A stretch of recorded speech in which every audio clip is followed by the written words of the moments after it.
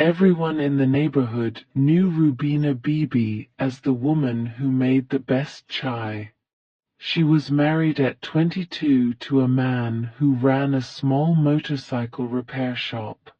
Life was never easy, but Rubina didn't complain.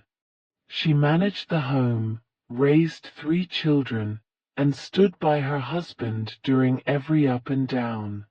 But when her husband suddenly passed away at 39 due to a heart attack, Rubina's world fell apart.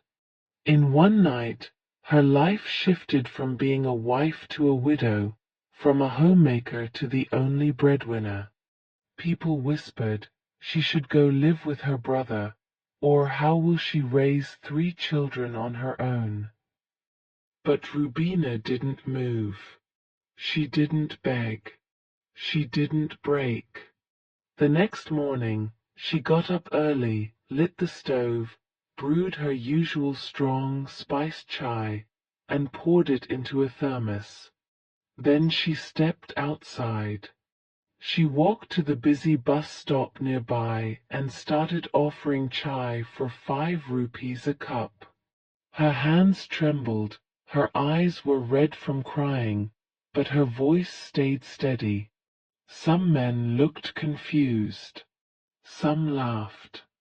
Some said, "She's fallen from grace." But some drank it, and the next day they came back. Within a week, Rubina bought plastic cups and made more tea.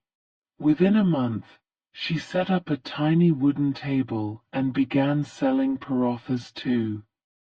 She ignored judgmental eyes. She ignored exhaustion.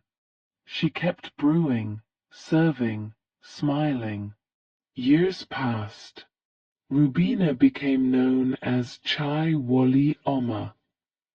People respected her. Her chai stall turned into a small roadside cafe. She never remarried. She never left. She grew roots where she was once expected to fall. Her daughter became a teacher. Her elder son became an electrician. Her youngest, he now runs the cafe named Rubina's Chai. One day, a journalist came to interview her. He asked, "Weren't you afraid?" Rubina smiled and said, "Of course I was. But fear doesn't boil water. I had 3 mouths to feed. Giving up was never an option." Moral: strength isn't always loud or famous. Sometimes it's a woman who wakes up before the sun, puts on her chappal, and chooses not to give up, not for glory, but for her children, for dignity, and for survival.